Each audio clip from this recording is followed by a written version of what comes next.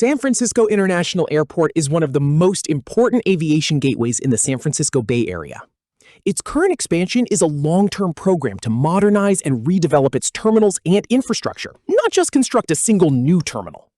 Notably, a significant portion of the project involves replacing older facilities while maintaining full airport capacity.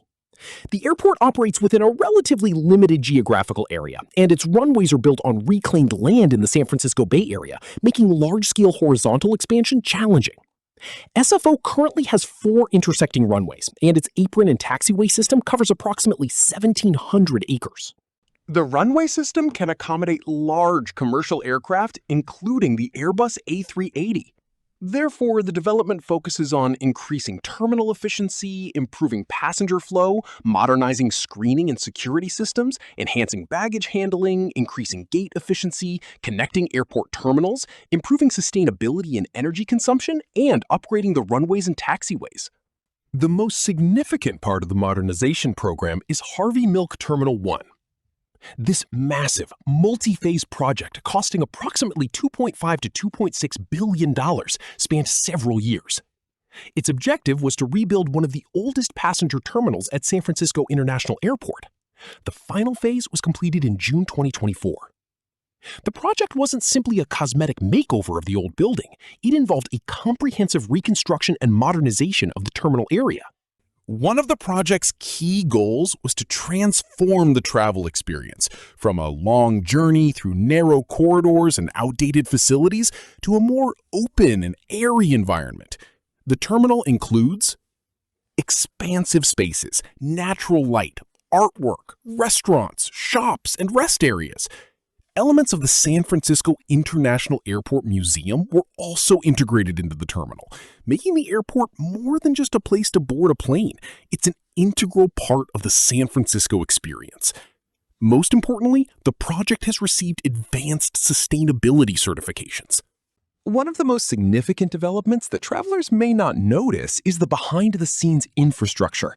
The redevelopment of Terminal 1 introduced a dedicated terminal-wide baggage handling system designed to streamline operations, reduce congestion, and improve airline efficiency. As part of this project, it also became the first airport in the United States to feature an ADA-compliant self-serve baggage drop, providing more accessible options for passengers with diverse needs. The development doesn't stop at Terminal 1. A major upgrade project is also underway for Terminal 3, encompassing work on the exterior, interior, and passenger areas, as well as improved connectivity between the terminal and international terminals.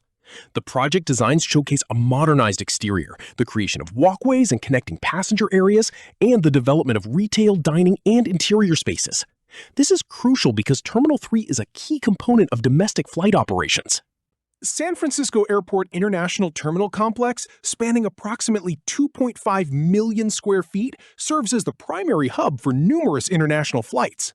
The terminal includes a federal inspection station capable of processing around 5,000 passengers per hour.